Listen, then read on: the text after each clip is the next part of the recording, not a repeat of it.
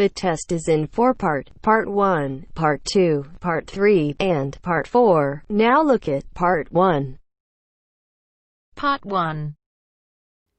You will hear a woman phoning about the shared house she is going to move into. First, you have some time to look at questions 1 to 7.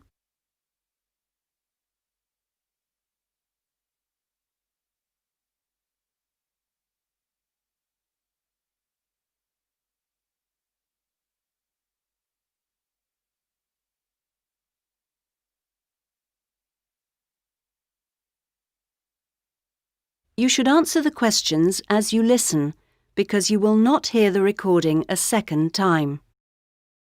Listen carefully to the first part of the conversation and answer questions 1 to 7. Hello? Hello, this is Hilary. I'm calling about the house. I'm moving in next week. Oh, yes, Hilary.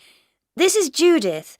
I met you when you came to look at the house. Yes, I just had a few more questions I wanted to ask. Of course. Well, first, about the rent. I realise I didn't check what it included. Yes, that's important.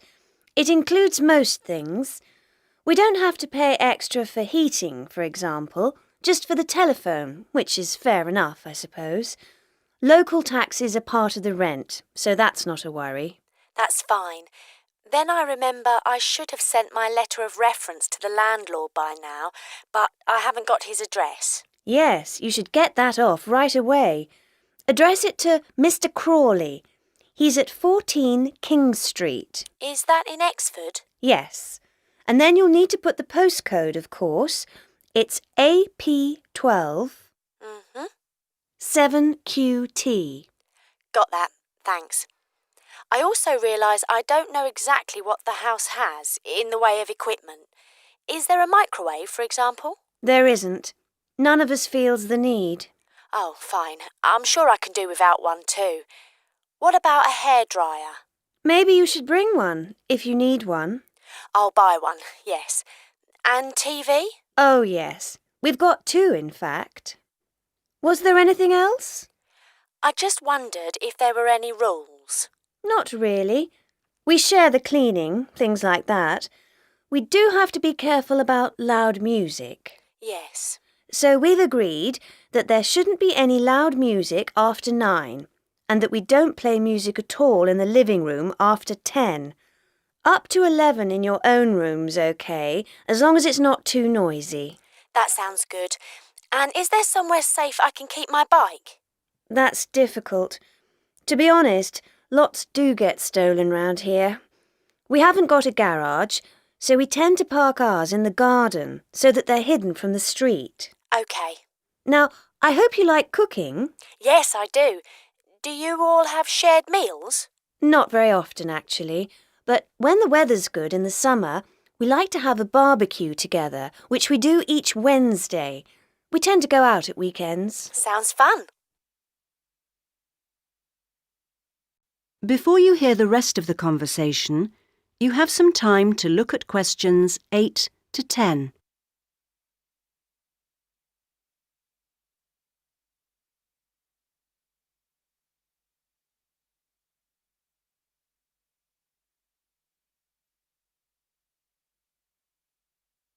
Now listen and answer questions 8 to 10.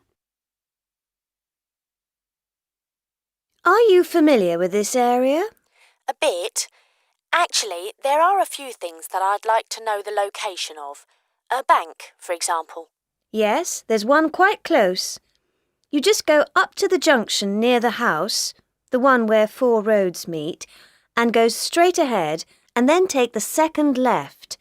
It's a little way down there on the left-hand side. That's convenient. Another thing is that I'd like to check my emails quite often. I was wondering how far away an internet cafe was. Well, there are a couple, actually, but one's much cheaper than the other. The one I use is very handy. You just go up to the big junction and then, well, I go straight ahead and then turn right so that it's on the right-hand side. Fine. And one last thing. Uh-huh. I need to go to the post office quite often. I'm hoping there's one quite close to the house. You're in luck.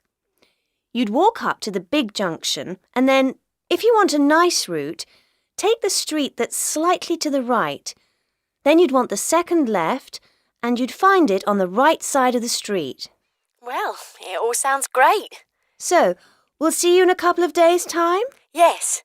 OK. Bye. Bye. That is the end of part 1. You now have half a minute to check your answers.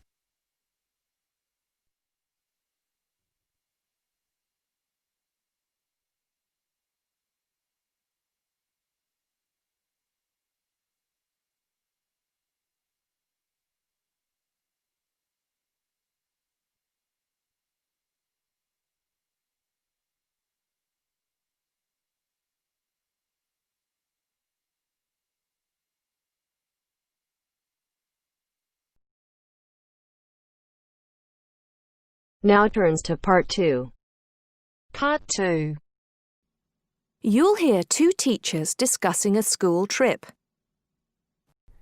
First, you have some time to look at questions 11 to 16.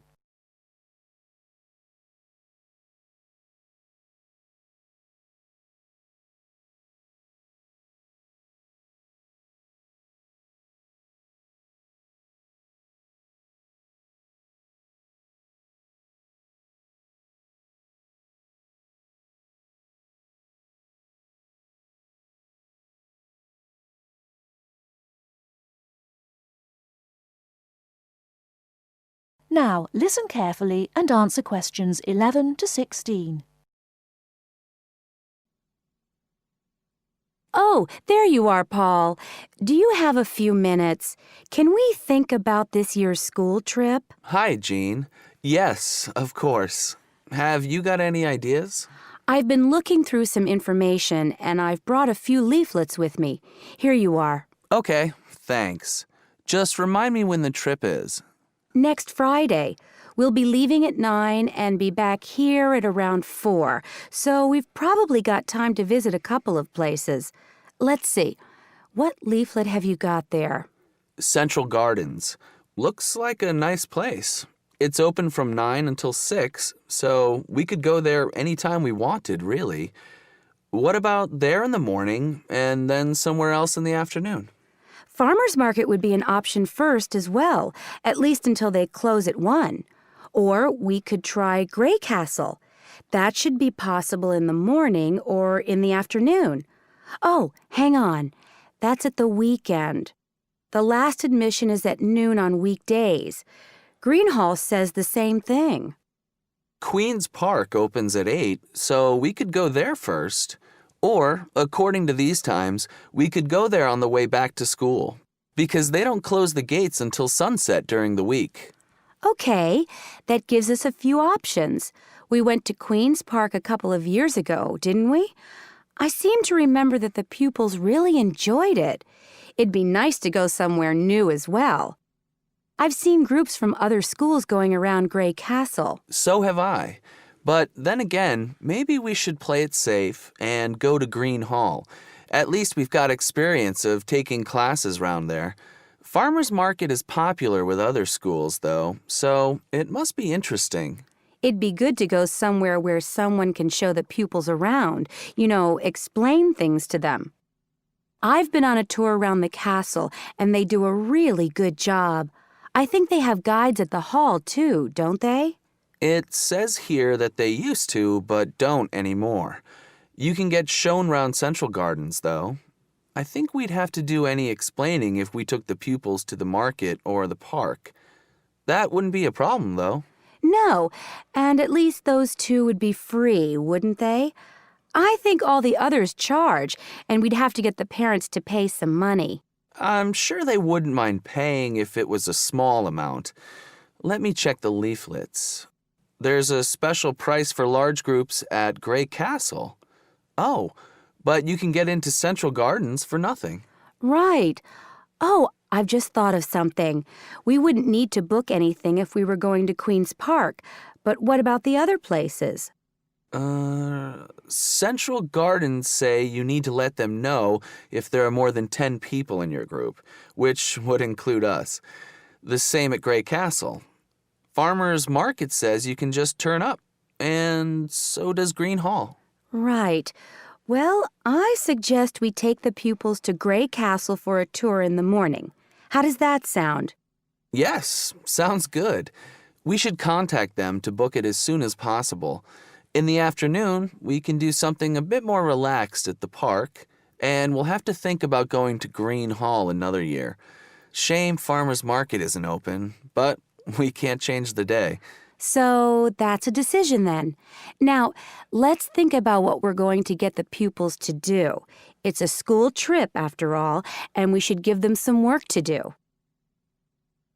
Before you hear the rest of the talk, you have some time to look at questions 17 to 20.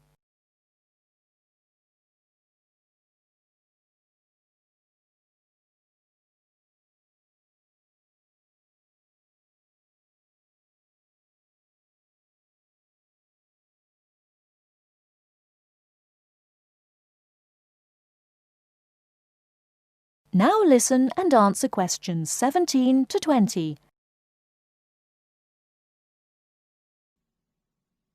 I think they should know something about the place before they go. That way they know what they're looking at, and they'll be able to write about it better when they get back. I'll put some information together to look at home and give them copies after the next lesson. Good idea. I'll write something for them to do as they're going round the place. We did a quiz last year, and that worked really well. I'll do the same kind of thing this time. Okay. Now, what about the travel arrangements? How are we getting there? What do you think? I remember one year Mrs. Jackson took her group by bus, and that was a complete nightmare. It's quite a long way, isn't it? We could hire a coach for the day, which is what we usually do, or there's the train. It's rush hour, though, isn't it? So it'll be really crowded. And it'll be more convenient for the rest of the day if we've got our own transport. Yes, we'll do that then. Anything else? Oh, we need to let the parents know what's happening. We could ask the office to call everyone. It would take too long with so many. I know when we send a letter home, there are always a few pupils who lose it, but not all the parents have email yet, so I don't think we have any choice, really. I'll write something and take it to the school office this afternoon. Right. I'll go and tell the pupils the good news.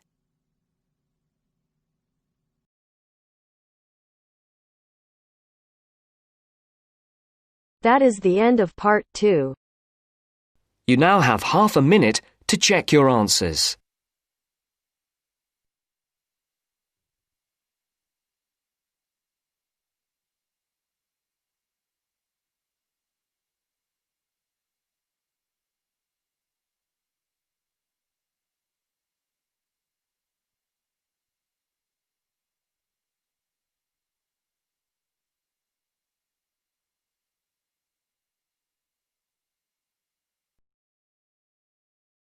Now turns to part 3.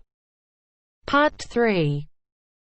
You will hear a discussion between a student, Aldo, and his supervisor, Dr. Hurst, about his research assignment. First, you have some time to look at questions 21 to 23.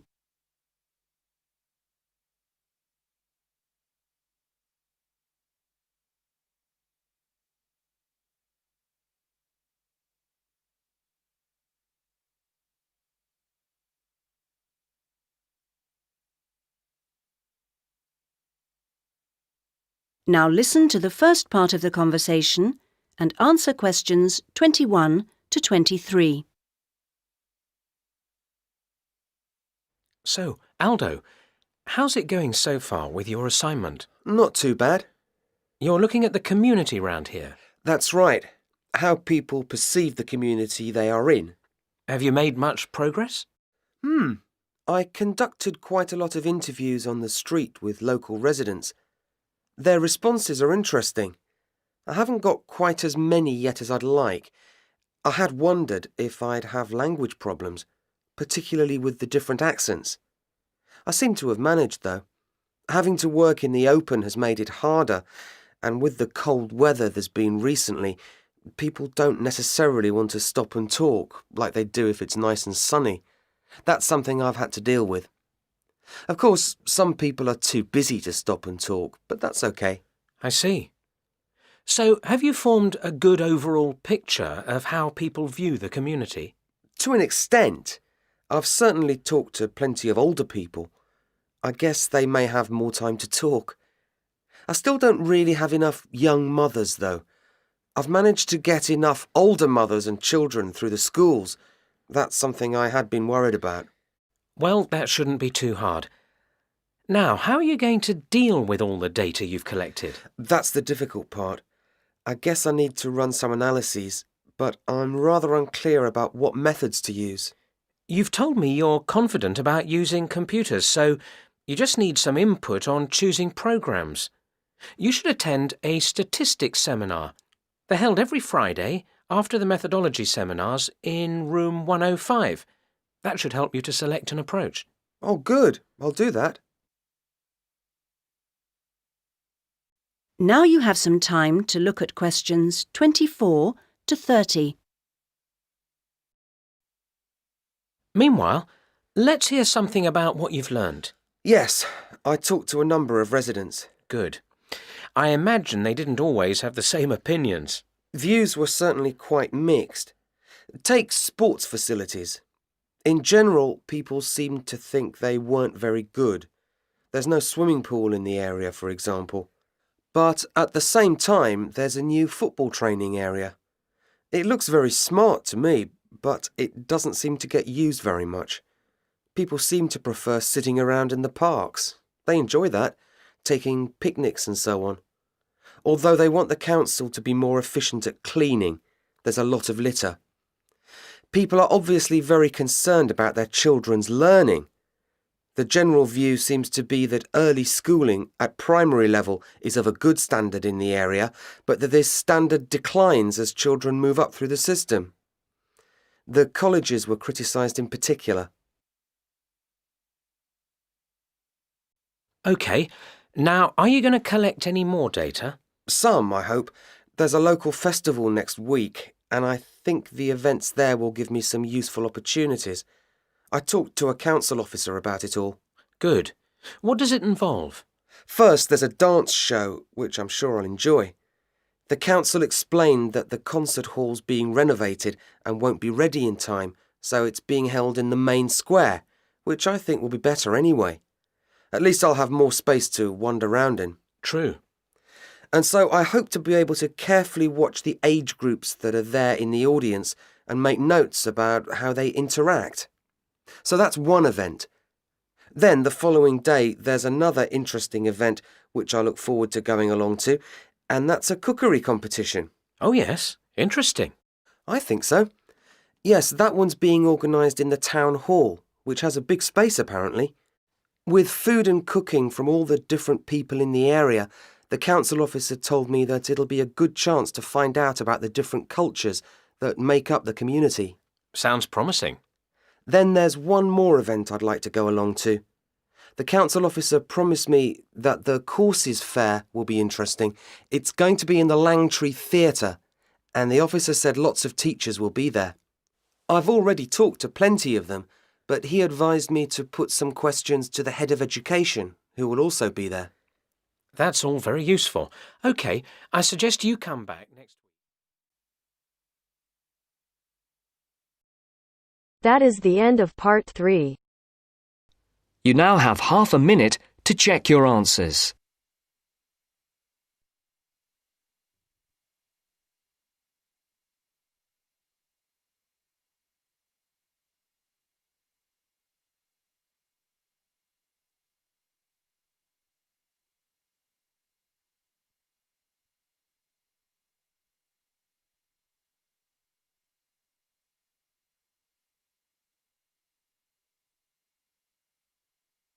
Now turns to part 4.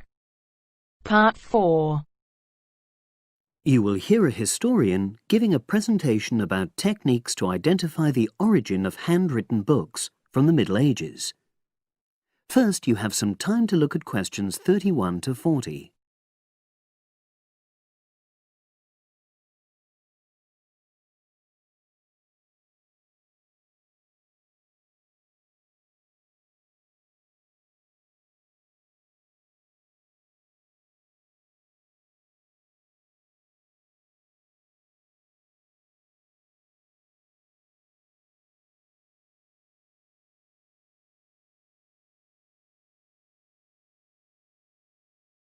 Now listen and answer questions 31 to 40. My presentation today is on how the science of genetics is being used to shed light on the origin of manuscripts, anything written by hand, produced in the medieval period, that is, the period between the 5th and 15th centuries AD. As many of you know, thousands of medieval handwritten books still exist today.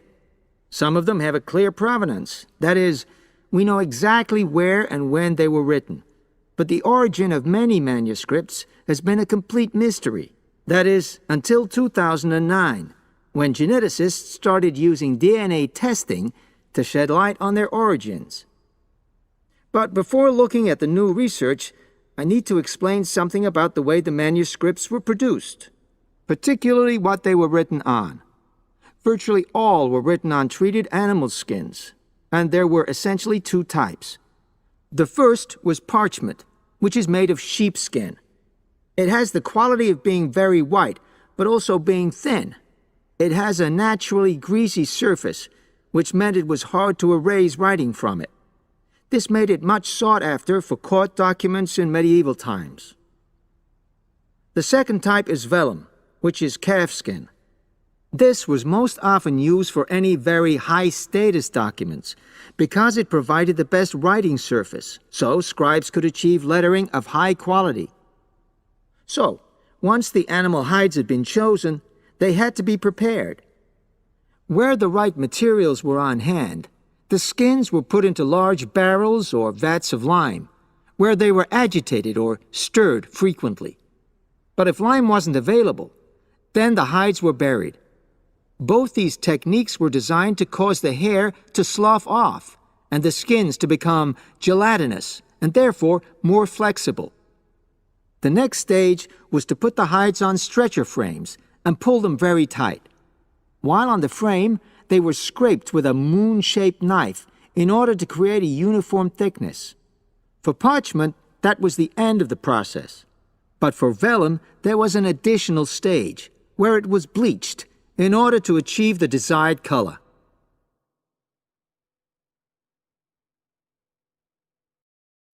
So, what does all this preparation mean for the quest to identify the origins of mystery manuscripts?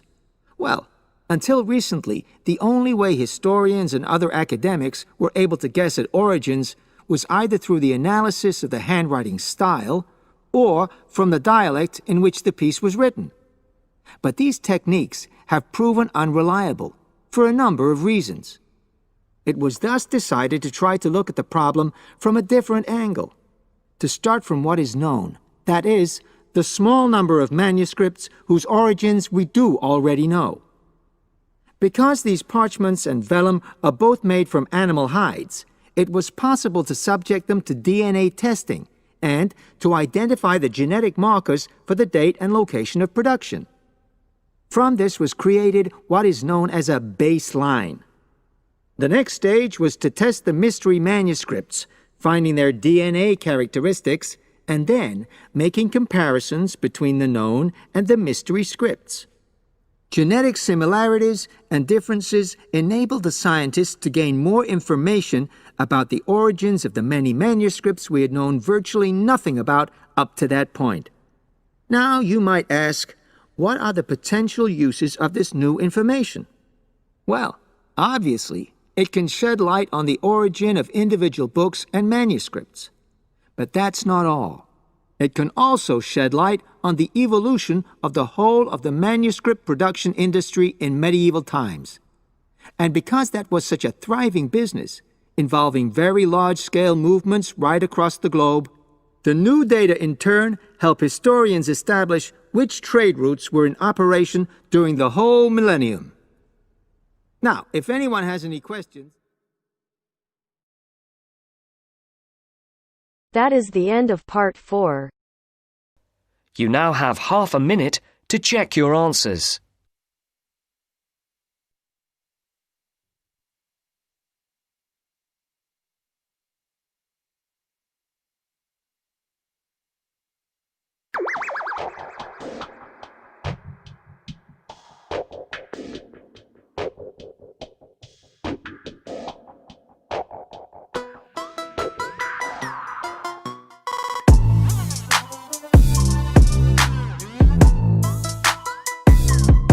That is the end of the test. You now have 10 minutes to transfer your answers to your IELTS listening answer sheet.